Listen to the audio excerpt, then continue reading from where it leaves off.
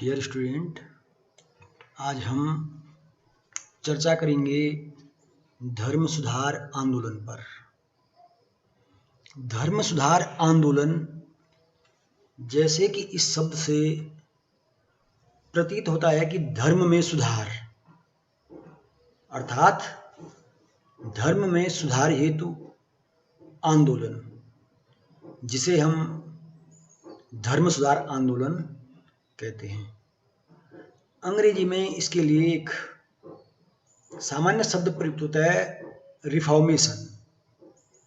यद्यपि रिफॉर्मेशन का शाब्दिक अर्थ सुधार होता है, परंतु यूरोप के इतिहास में हम रिफॉर्मेशन शब्द का प्रयोग धर्म सुधार के लिए करते हैं। अर्थात रिफॉर्मेशन शब्द का अर्थ यूरोपीय इतिहास में कैथोलिक धर्म में जो व्याप्त बुराइयां थी, उन बुराइयों का जो विरोध हुआ और उस विरोध के कारण जो सुधार कार्य किए गए और इन सुधार कार्यों को कराने के लिए जो आंदोलन हुआ, उसे धर्म सुधार आंदोलन कहा जाता है। हम इसे यूं भी समझ सकते हैं कि आधुनिक युग के प्रारंभ में यूरोप में कैथोलिक धर्म में जो बुराइयां आ गई थी, जो अंधविश्वास, रूढ़िवादिता, पोप की निरंकुशता, अनाचार, पादरियों का भ्रष्टाचार, उनका अनैतिक जीवन, जो इन सब का यूरोप में विरोध हुआ और इस विरोध के कारण जो सुधारों की मांग हुई, सुधार के लिए जो आंदोलन हुए, उसे हम धर्म सुधार आंदोलन कहते हैं। विभिन्न विद्वानों ने धर्म सुधार को अपने अपने शब्दों में इस प्रकार व्यक्त किया है। पहले हम यह समझना चाहेंगे कि धर्म सुधार आंदोलन की पृष्ठभूमि क्या थी, किस तरह यह आंदोलन आरंभ हुआ, इसके पीछे क्या कारण थे। हम यह पाते हैं कि यूरोप में आधुनिक युग के आरंभ में कैथोलिक धर्म में अनेक बुराइयां प्रचलित हो गई थी और इन बुराइयों तथा अंधविश्वासों के प्रति ईसाई जनता में वैज्ञानिक प्रगति के कारण आलोचनात्मक दृष्टिकोण विकसित हुआ। अर्थात विज्ञान की प्रगति के कारण यूरोपवासियों ने विज्ञान और तर्क की कसौटी पर हर तथ्य को कसना आरंभ किया, जिसका परिणाम यह हुआ कि यूरोपीय लोग कैथोलिक धर्म में प्रचलित बुराइयों और अंधविश्वासों का विरोध करने लगे, जिस कारण कैथोलिक धर्म में प्रचलित बुराइयों का विरोध होना आरंभ हुआ। धर्म सुधार की इस प्रगति को हम धर्म सुधार आंदोलन के रूप में जानते हैं। धर्म सुधार आंदोलन को विभिन्न विद्वानों ने अपने मतानुसार इस प्रकार व्यक्त किया है। सिविल एक प्रसिद्ध विद्वान हुए हैं, उनका कहना है कि यथार्थ में यह द्विउद्देशीय आंदोलन था। अर्थात धर्म सुधार आंदोलन के दो उद्देश्य थे।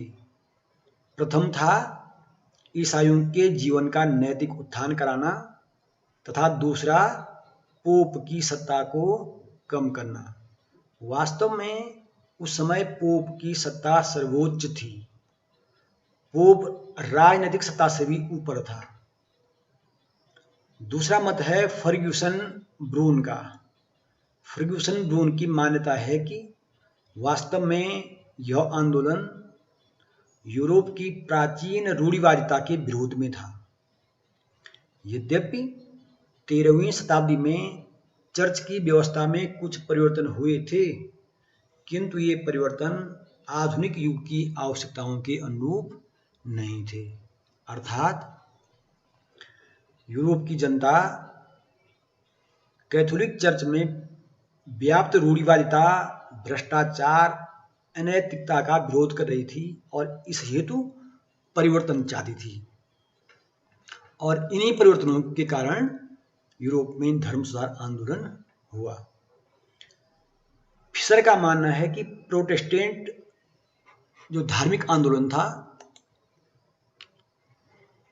क्योंकि जो ये धर्म सुधार आंदोलन हुआ, इस आंदोलन का जो परिणाम हुआ, उस आंदोलन के परिणाम स्वरूप यूरोप में एक नवीन धर्म की स्थापना भी हुई, जिसे हम प्रोटेस्टेंट धर्म कहते हैं।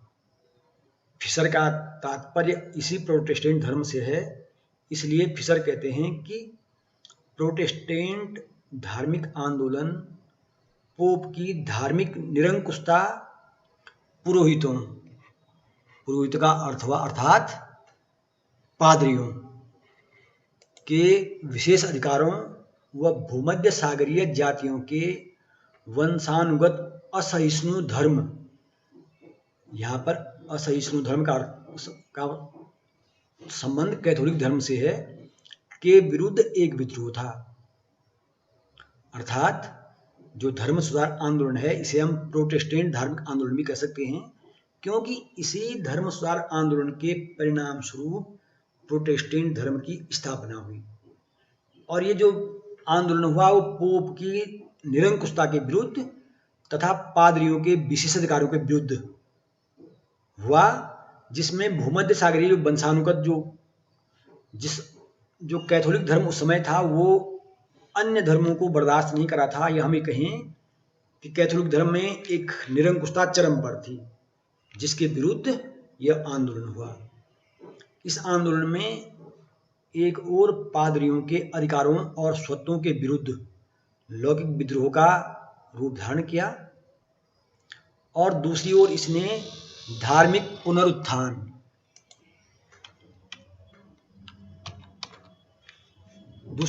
इस आंदोलन ने धार्मिक पुनरुत्थान व ईसाई चर्च की पवित्रता तथा मौलिकता को पुनः स्थापित करने की चेष्टा की। अर्थात इस धर्म सुधार आंदोलन के जरिए यूरोप की ईसाई जनता ने पोप की धार्मिक निरंकुशता, पादरियों के विशेषाधिकारों का विरोध और जो कैथोलिक धर्म में असहिष्णुता आ गई थी, इनके विरुद्ध विद्रोह किया।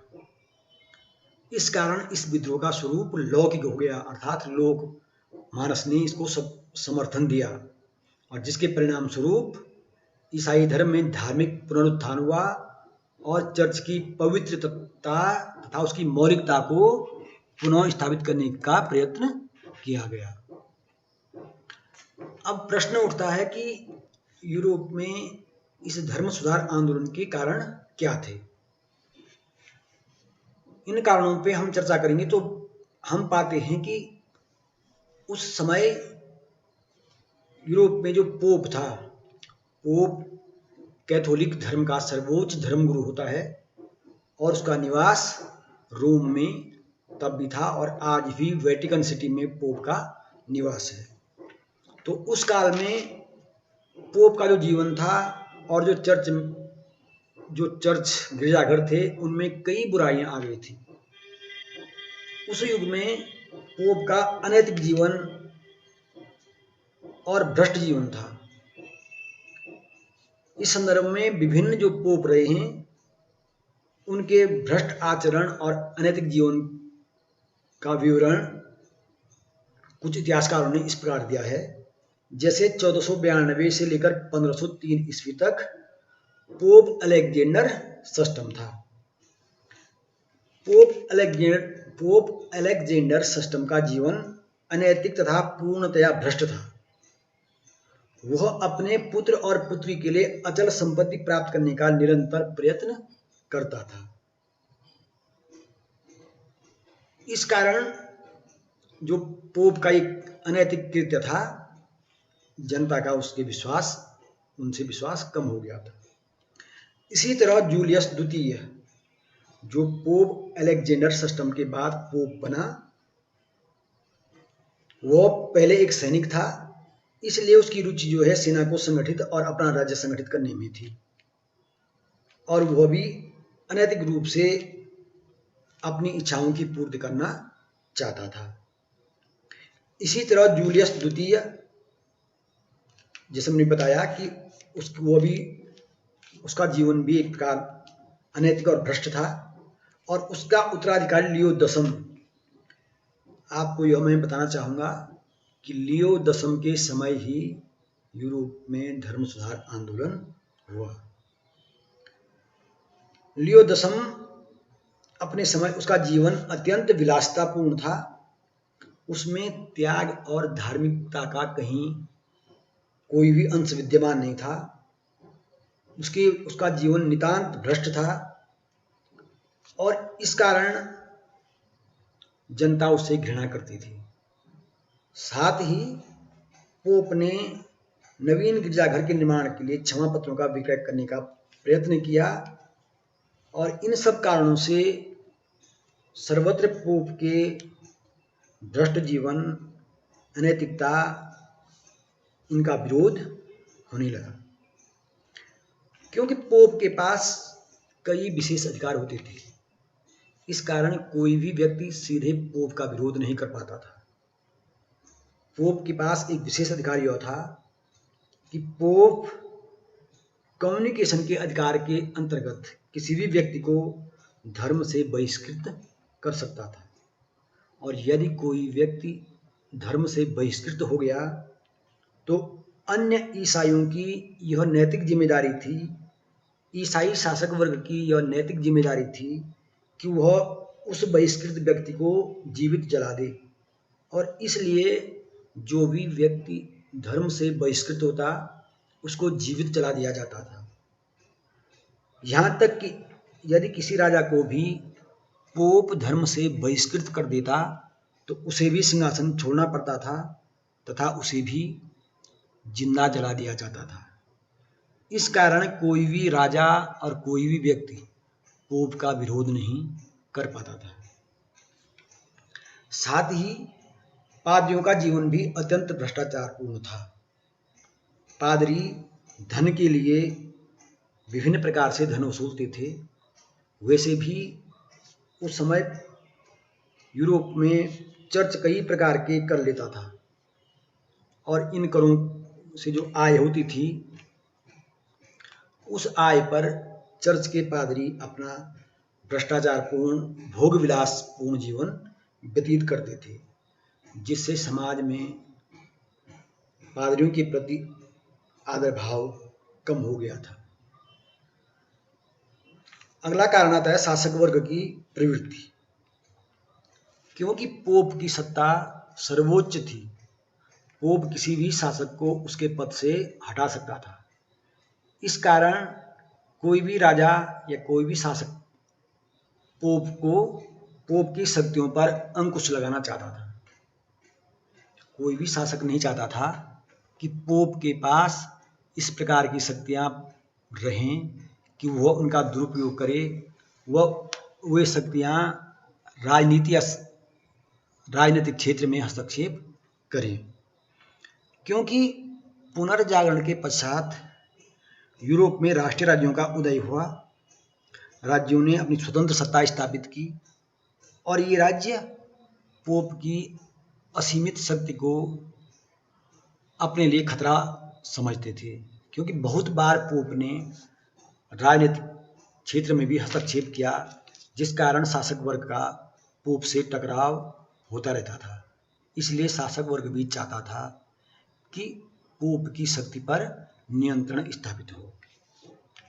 जैसे मैंने पहले कहा कि पोप का जो अनैतिक पूर्ण जीवन था, जो भ्रष्ट जीवन था, इस कारण पोप के प्रति यूरोप के शिक्षित वर्ग में एक घृणा सी व्याप्त हो गई थी। जनसाधारण में यह विश्वास दृढ़ हो गया था कि पोप का जीवन अनैतिक व धार्मिकता से दूर, सांसारिकता से परिपूर्ण है। इस कारण लोगों की पोप के प्रति श्रद्धा कम हो गई थी। अब लोग धार्मिक कार्यों में रुचि रखने के बजाय जन कल्याण कार्यों में ज़्यादा रुचि लेने लगे थे। जैसे अस्पतालों का निर्माण, आश्रमों का निर्माण, पुस्तकों का छापना आदि ऐसे कार्यों में ज़्यादा ध्यान देने लगे थे। राष्ट्रीय भावना का उदय। यूरोप में उस युग में पोप का ऐसा प्रभाव था कि संपूर्ण यूरोप पर एक प्रकार से पोप का सर्वोच्च अधिकार था। यद्यपि कहने को तो पोप में यूरोप में अलग अलग राज्य थे, राष्ट्रीय राज्य थे, परंतु इन राज्यों का अस्तित्व वहाँ पे खतरे में पड़ जाता था जब धर्म का प्रश्न आता था। इसलिए धर्म के प्रश्न पर यूरोप के लोग राज्य के बजाय पोप का समर्थन करने लगते थे। इसके पीछे भय का भी कारण था, क्योंकि अगर कोई पोप का विरोध करता तो पोप उसे धर्म से बहिष्कृत कर सकता था। परंतु राष्ट्रीय राज्यों की स्थापना से लोगों में राष्ट्रीय भावना का उदय हुआ और लोगों ने धीरे धीरे पोप का विरोध करना शुरू कर दिया। कई शासकों ने तो यहाँ तक आलोचना की कि उनके देश का धन रोम क्यों जाए, उनके देश का धन क्यों ना उसी देश में जन कल्याण कार्यों में व्यय हो। धर्म सुधार आंदोलन के पीछे एक बड़ा कारण आर्थिक कारण भी था, क्योंकि यूरोप में चर्च की परंपरा के अनुसार यह नियम था कि प्रत्येक चर्च के पादरी को उसके जीवन निर्वाह के लिए बेनिफाइस क्षेत्र प्रदान किए जाते थे, और जो ये बेनिफाइस थे, जो भूखंड होते थे, इससे जो आय होती थी वो आय उस चर्च के पादरी के जीवन निर्वाह के लिए दी जाती थी। अधिक से अधिक आय के लिए, अधिक से अधिक धन प्राप्त करने के लिए पादरियों में यह होड़ रहती थी कि वो अधिक से अधिक बेनिफाइस अपने पास रख सके। इसके अंतर्गत प्लूरलिटीज के नियम के अनुसार यह परंपरा थी कि एक पादरी कई चर्चों का मुखिया हो सकता था। इस कारण वह कई बेनिफाइस प्राप्त कर लेता था और इस तरह उसकी आय के स्रोत बढ़ जाते थे। आय के स्रोत बढ़ने से और उसके पास पर्याप्त धन होने से पादरियों का जीवन भ्रष्ट हो जाता था। वे अपना जीवन भोग विलास में व्यतीत करते और उनसे जो छोटे पादरी होते थे वही धार्मिक कार्यों को देखते थे। बड़े पादरी अपना जीवन भोग विलास इसी में व्यतीत करते थे। इसलिए जनता का उनके प्रति आकर्षित होना स्वाभाविक था। इसके अतिरिक्त चर्च की आय के अन्य स्रोत थे, जैसे annates, Peter pence, first fruit, tithe, इनसे भी चर्च को पर्याप्त आय होती थी। इस कारण अत्यधिक धन के कारण उच्च पादरियों का जीवन भ्रष्ट हो गया था, जिनके प्रति जनता में घृणा व्याप्त हो गई थी। पुनर्जागरण का प्रभाव। यूरोप में पुनर्जागरण होने से जनता में नवीन चेतना का संचार हुआ। अब जनता अंधविश्वासों से दूर होकर हर तथ्य को, हर बात को तर्क और बुद्धि की कसौटी पर कसने लगी। इसलिए धर्म में जो अंधविश्वास थे, जो रूढ़िवादियाँ थी, इनका विरोध होना आरंभ हो गया। अब हर व्यक्ति पोप के आदेशों को, पोप के धार्मिक प्रभाव का विरोध करने लगा, क्योंकि वह अपनी तर्क और बुद्धि का प्रयोग करने लगा था। इस कारण भी यूरोप में धर्म सुधार आंदोलन हुआ। धर्म सुधारकों द्वारा पोप का विरोध, क्योंकि जिसे मैंने कहा कि कई ऐसे धर्म सुधारक हुए जिन्होंने पोप के अनैतिक जीवन का, पोप के गलत कार्यों का विरोध किया, परंतु पोप ने उनकी बात पर ध्यान नहीं दिया।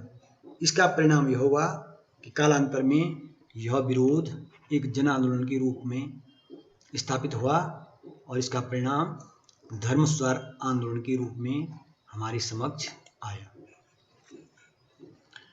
यूरोप में जो धर्म सुधार आंदोलन हुआ वह सर्वप्रथम जर्मनी से प्रारंभ हुआ। जर्मनी से प्रारंभ होने का जो कारण था वो कारण था जर्मनी में मार्टिन लूथर का जन्म होना, या हम ये कह सकते हैं धर्म सुधार आंदोलन के पीछे मार्टिन लूथर का महत्वपूर्ण योगदान था। अब मार्टिन लूथर कौन था? मार्टिन लूथर का जन्म जर्मनी के सैक्सनी प्रांत में 10 नवंबर 1483 ईस्वी को एक गरीब कृषक परिवार में हुआ था। मार्टिन लूथर ने बड़ी दयनीय स्थिति में अपनी प्रारंभिक शिक्षा ग्रहण की और अपनी शिक्षा के लिए उसने संगीत और भिक्षा का भी सहारा लिया। इतनी निर्धनता मार्टिन लूथर की थी, वह इतना निर्धन था कि अपनी प्रारंभिक शिक्षा के लिए भी उसे भिक्षा मांगनी पड़ी, संगीत का प्रयोग करना पड़ा, गीत गाकर लोगों से भीख मांगनी पड़ती थी। परंतु मार्टिन लूथर की इच्छा उच्च शिक्षा प्राप्त करने की थी, इसलिए मार्टिन लूथर ने 1501 में एरफर्ट विश्वविद्यालय में प्रवेश लिया और यद्यपि उसके पिता की इच्छा थी कि वह कानून का अध्ययन करे, परंतु लूथर की रुचि कानून के बजाय धर्मशास्त्रों में अधिक थी, इसलिए उसने धर्मशास्त्रों का अध्ययन किया। उसने बाइबिल का जब अध्ययन किया तो इसके अध्ययन का उस पर बड़ा गहरा प्रभाव पड़ा। 1503 में उसने मास्टर ऑफ फिलॉसफी की उपाधि प्राप्त की और दर्शन शास्त्र के अध्ययन से उसके मन में वैराग्य उत्पन्न हो गया और इसका परिणाम यह हुआ कि वो एरफर्ट के साधुओं के एक मठ का सदस्य बन गया। क्योंकि लूथर की कैथोलिक धर्म में बड़ी गहरी रुचि थी, इस रुचि के कारण 1507 में उसने पादरी पद की दीक्षा ली और वह पादरी बन गया। जब वह पादरी बना तो उसके पादरी पद की योग्यता और उसके ज्ञान के कारण सर्वत्र उसकी ख्याति फैल गई। 1512 ईस्वी में, क्योंकि मैंने जैसे आपको बताया कि लूथर की कैथोलिक धर्म में गहरी रुचि थी और वह कैथोलिक धर्म के प्रति समर्पित था, पोप के प्रति उसके मन में अथाह श्रद्धा थी, चर्च के प्रति भी उसके मन में अत्यधिक श्रद्धा व सम्मान था। इस कारण 1512 ईस्वी में उसने कैथोलिक धर्म के धर्मस्थान जहाँ की पोप रहता था रोम की तीर्थ यात्रा की। परंतु इस यात्रा में जब वो रोम गया और रोम में उसने पोप का विशाल वैभवशाली भवन, पादरियों का भ्रष्ट जीवन, उनका पतित जीवन और उनके भोग विलास को देखकर और यह देखकर कि पादरियों और पोप की जो है किस तरह सांसारिक विषयों में गहरी रुचि है, सांसारिकता के प्रति उनमें गहरा आकर्षण है, यह देखकर उसे अत्यंत क्षोभ हुआ। उसे विश्वास नहीं हुआ कि जिस पोप में लोगों की इतनी गहरी श्रद्धा है, वह उस पोप का जीवन इतना भ्रष्ट होगा। इससे उसके मन में पोप और कैथोलिक धर्म के प्रति एक प्रकार से घृणा का भाव पैदा हो गया। जब वहां से वो लौटा तो लूथर का कहना था कि हम जितना हम रोम के निकट जाते हैं, उतना ही हमें और भी धार्मिक विद्रूपता, भ्रष्टाचार और अनैतिकता में हम उतने ही धंसते जाते हैं।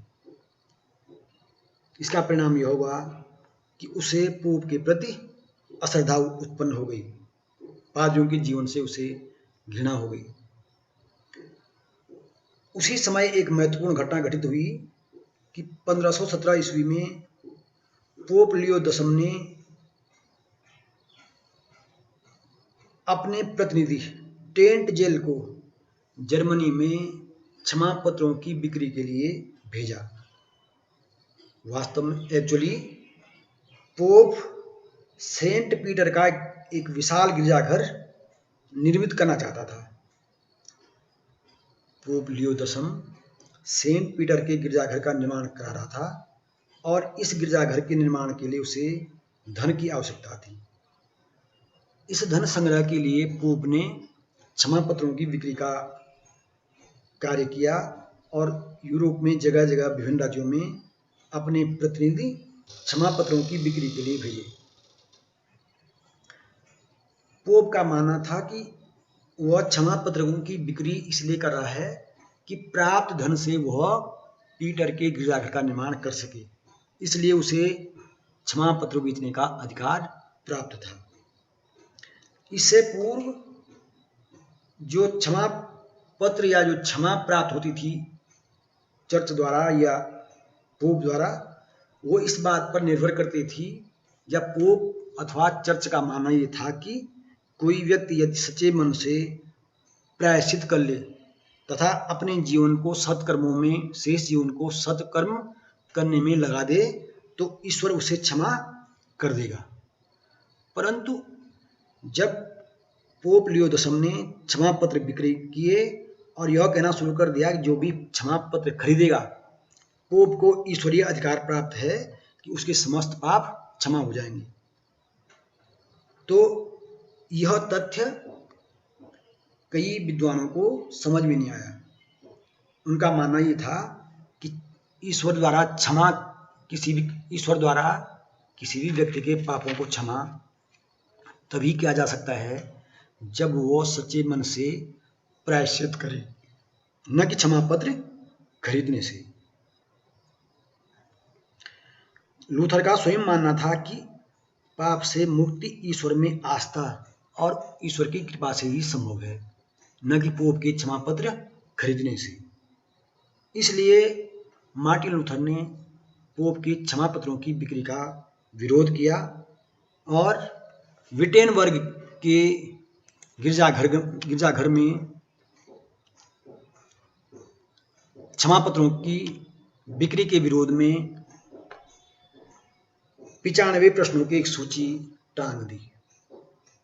जिन बातों पे लूथर को संदेह था तथा वह क्षमा पत्रों का विरोध कर रहा था, उसने उससे संबंधित 95 प्रश्न लिखे और विटेनबर्ग के कैसल के गिरजाघर में एक प्रश्नों की सूची टांग कर पोप के कार्यों का खुला विरोध किया।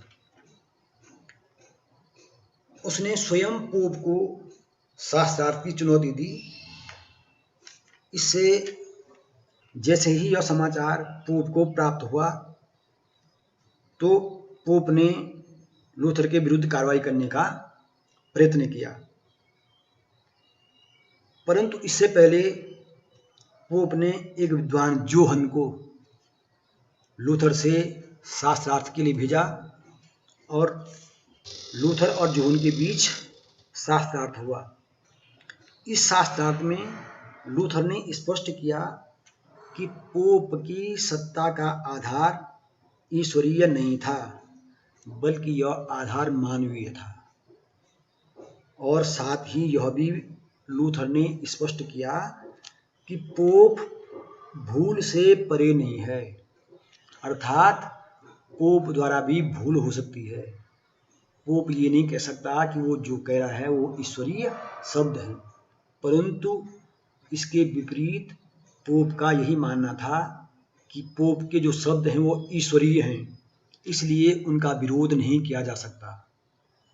इसके विपरीत लूथर का मानना था कि पोप भी भूल कर सकता है और पोप के शब्द ईश्वरीय शब्द नहीं हैं। इस पर इस तरह के विचारों से नाराज होकर पोप ने लूथर को रोम बुलाया और कहा कि वह स्वयं लूथर के प्रश्नों का उत्तर देगा। परंतु समय सेक्सनी का जो शासक था फ्रेडरिक, उसने लूथर को रोम जाने से रोक दिया, क्योंकि फ्रेडरिक को लग गया था कि लूथर का जीवन संकट में है और उसने इसलिए लूथर को रोम जाने से रोका तथा आक्सबर्ग के शासक से भी सहायता की अपील की। जब लूथर रोम नहीं गया और उसने पोप का विरोध जारी रखा, इसका परिणाम यह हुआ कि पोप ने लूथर को कैथोलिक धर्म से निष्कासित कर दिया और इस तरह 1520 ईस्वी में लूथर को कैथोलिक धर्म से बहिष्कृत कर दिया गया। धर्म के जो नियम थे, जो बहिष्कृत होने का जो नियम था, कम्युनिकेशन के सिद्धांत के अनुसार शासक वर्ग का यह उत्तरदायित्व था कि वह लूथर को कैद कर उसको जिंदा जला दे। परंतु उस समय यूरोप की राजनीतिक स्थिति ऐसी थी कि शासक वर्ग भी पूर्णतया पोप के साथ नहीं था, अर्थात जर्मनी के सभी शासक पोप के साथ नहीं थे, बल्कि कई शासक पोप के विरुद्ध लूथर का समर्थन कर रहे थे। इसका परिणाम यह हुआ कि पोप ने रोम में उस पर लूथर पर मुकदमा आरंभ किया और इस मुकदमे में कई अन्य शासकों ने लूथर का साथ दिया। इसका परिणाम यह हुआ कि अब जो है पोप ने सम्राट चार्ल्स पंचम को, जो कि उस समय पवित्र रोम साम्राज्य का सम्राट था, उसके पास अपनी शिकायत भेजी। सम्राट चार्ल्स पंचम ने जब देखा कि लूथर को मृत्युदंड देने से जनता नाराज हो सकती है तथा कुछ शासक उसका विरोध कर रहे हैं, तो इसलिए चार्ल्स पंचम ने वंश में एक संसद बुलाई और उस संसद के समक्ष लूथर को अपना पक्ष रखने का आदेश दिया। इसका परिणाम यह हुआ कि 1526 ईस्वी में लूथर संसद के समक्ष उपस्थित हुआ। उसने अपने सिद्धांतों में पुनः आस्था प्रकट की और पोप की आलोचना की। इससे सम्राट चार्ल्स पंचम ने लूथर को नास्तिक घोषित किया और उसे साम्राज्य की सुरक्षा से वंचित कर दिया। परंतु इसके आदेश पर भी लूथर को मृत्युदंड नहीं दिया जा सका, क्योंकि फ्रेडरिक ने पुनः उसके प्राणों की रक्षा की और उसे वार्टबर्ग के किले में छिपा दिया।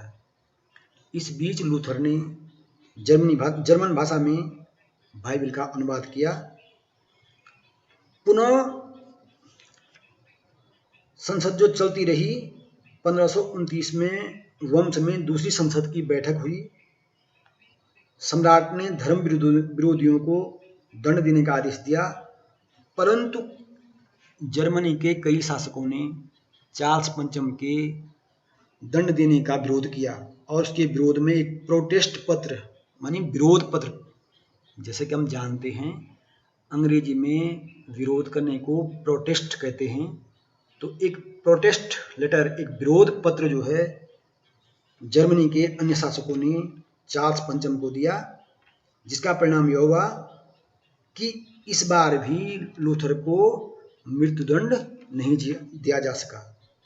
इसका परिणाम यह हुआ कि लूथर के अनुयायी अब प्रोटेस्टेंट कहलाने लगे। परिणाम तो 1555 ईस्वी में आक्सबर्ग की संधि के द्वारा लूथरवाद अर्थात लूथर के मत को मान्यता प्रदान की गई और प्रोटेस्टेंट धर्म को एक स्वतंत्र धर्म स्वीकार किया गया।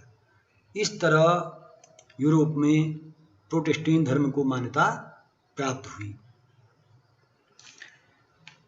और यूरोप में धर्म सुधार आंदोलन सफल हो गया।